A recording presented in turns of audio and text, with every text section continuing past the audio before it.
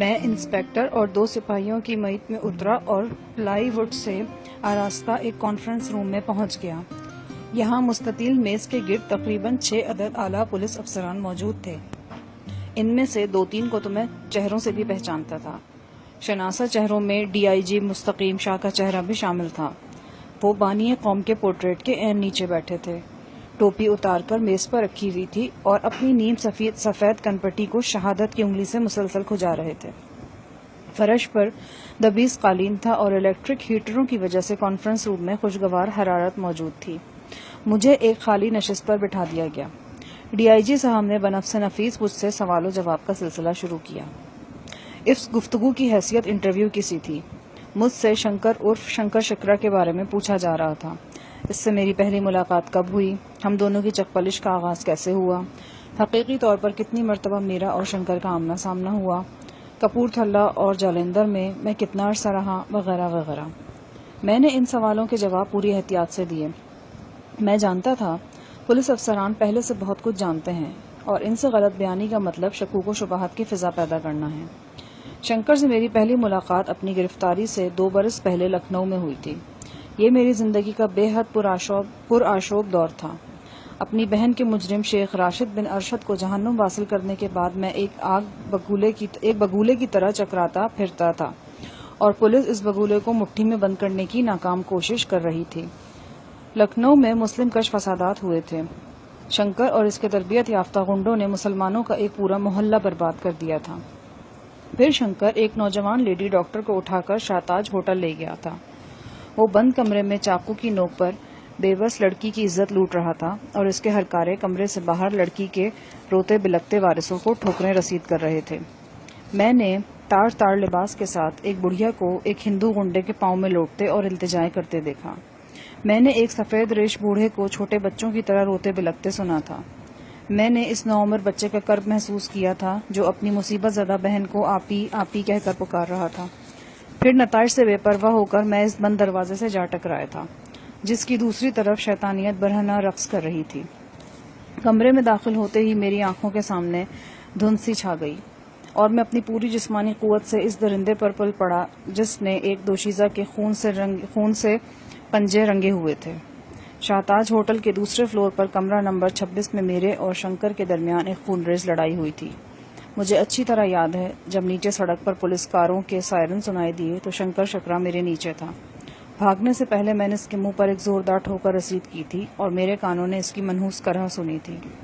اس وقت مجھے معلوم نہ تھا کہ جس شخص کو میں نے گرایا ہے وہ اب تک ایک خلقت کے لیے ناقابل تسخیر رہا ہے۔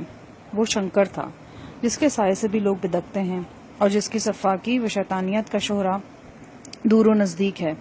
مجھے کئی دن بعد معلوم ہو سکا تھا کہ میں نے ایک اہم کارنامہ انجام دیا ہے۔ میری وجہ سے نہ صرف مسلمان لڑکی شنکر کے ہاتھوں قتل ہونے سے بچ گئی تھی بلکہ وہ زخمی بھی ہوا تھا اور اس کے کئی ساتھی پولیس کے ہاتھوں گرفتار بھی ہوئے تھے۔ اس رات میں نے شنکر کو جو زخم دیا وہ ابھی تک اس کے بائیں رخسار پر موجود تھا۔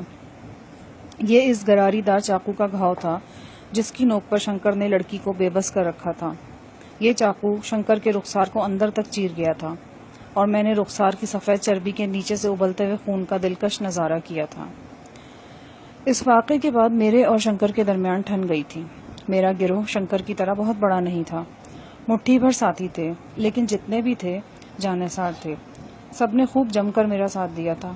لکھنؤ اور پھر جالندھر اور کپور تھلہ میں کسی جگہ ہم نے شنکر کے سامنے گھٹنے نہیں ٹیکے تھے۔ کانفرنس روم میں مجھ سے ان واقعات کے بارے میں جو کچھ پوچھا جاتا رہا میں بتاتا رہا۔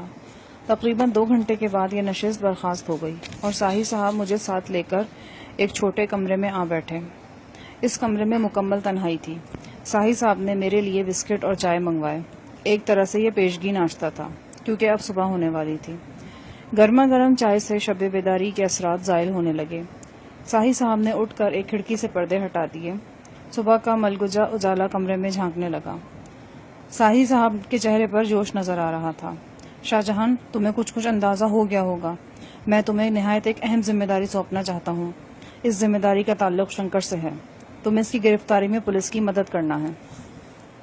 ساہی صاحب، حیرت کی بات ہے، پولیس ایک قیدی کی مدد طلب کر رہی ہے۔ قیدی تو تم ہو اور اس بات سے تمہیں خود بھی انکار نہیں ہوگا، تاہم میں سمجھتا ہوں کہ قانون کی مدد کر کے تم اپنے لیے بہت سی آسانیاں پیدا کر لو گے۔ عین ممکن ہے کہ اسپیشل کیس کی حیثیت سے تمہاری سزا پر بھی نظر ثانی کی جائے۔ میں ساحل صاحب کی باتوں کا مطلب اچھی طرح سمجھ رہا تھا اور یہ بھی جان رہا تھا کہ وہ مجھ سے کیا چاہتے ہیں۔ وہ ایک تخلیقی ذہن کے مالک تھے۔ مقصد کے حصول کے لیے انہوں نے ہمیشہ نت نئے راستے اختیار کیے تھے اور کامیاب ہوئے تھے۔ مجھے شنکر کے سامنے لانے کا منصوبہ بھی یقیناً انہی کا تیار کرتا تھا۔ یہاں اتفاقاً صورتحال کچھ عجب رنگ اختیار کر گئی تھی۔ جاگیردار قادر زمان نے مجھے ساحل صاحب کو ٹھکانے لگانے کے لیے بھیجا تھا اور ساحل صاحب نے بھی مجھے اس گناہ میں شامل کر لیا تھا جس کی پاداش میں ان کو قتل کرنے کی سازشیں ہو رہی تھیں، یعنی شنکر شکرا کی تلاش۔ ساحل صاحب نے اپنی سوچتی آنکھوں سے مجھے دیکھا اور عجیب سے لہجے میں بولے، شاہ جہان، میں اول روز سے تم پر بھروسہ کرتا آیا ہوں۔ اول روز سے میری مراد وہ دن ہے جب سے میں نے تمہیں لاہور جیل کے احاطے میں دیکھا تھا۔ بعد میں گزرنے والے ہر دن کے ساتھ اعتماد اور بھروسے کی یہ کیفیت میرے اندر مستحکم ہوئی ہے۔ میں بغیر کسی ہچکچاہٹ کے کہہ سکتا ہوں کہ میں تمہاری قدر کرتا ہوں اور مجھے یقین ہے تم میرے اعتماد پر پورے اترو گے۔ اس کے بعد وہی باتیں ہوئی جو پہلے سے میرے ذہن میں تھیں۔ ساحل صاحب نے مجھے آگاہ کیا کہ انہوں نے اپنی ذمہ داری پر مجھے رہائی دلائی ہے اور افسران کو اس امر کی ضمانت دی ہے کہ شنکر کا مسئلہ حل ہوتے ہی میں پھر سے خود کو جیل کے حکام کے سپرد کر دوں گا۔ میں نے سلسلے میں سوچنے کے لیے ساحل صاحب سے تھوڑا سا وقت مانگا۔ وہ زیرک انسان تھے، جان چکے تھے کہ میری سوچ بچار ان کے حق میں ہی جائے گی۔ انہوں نے بلا حجت مجھے مہلت دیتی۔ اس کے ساتھ ساتھ یہ تسلی بھی دی کہ شگفتہ اور انجم کی طرف سے پریشان ہونے کی مجھے اب قطعی ضرورت نہیں، وہ دونوں ان کے ساتھ ان کی کوٹھی میں رہیں گی اور ان کی طرف سے ایک لمحے کی غفلت بھی نہیں برتی جائے گی۔ میں خود بھی یہ بات اچھی طرح سمجھتا تھا کہ اس وقت انجم اور شگفتہ کے لیے ساحل صاحب کی کوٹھی سے بہتر کوئی اور ٹھکانہ نہیں۔ ساحل صاحب کی محفوظ محل وقوع والی کوٹھی ہر طرح سے مناسب تھی۔ ویسے بھی جب سے ساحل صاحب کے قتل کی سازش کا انکشاف ہوا تھا، سرکاری طور پر وہاں پولیس گارڈز متعین کر دیے گئے تھے اور اب وہاں چڑیا بھی پڑ نہیں مار سکتی تھی۔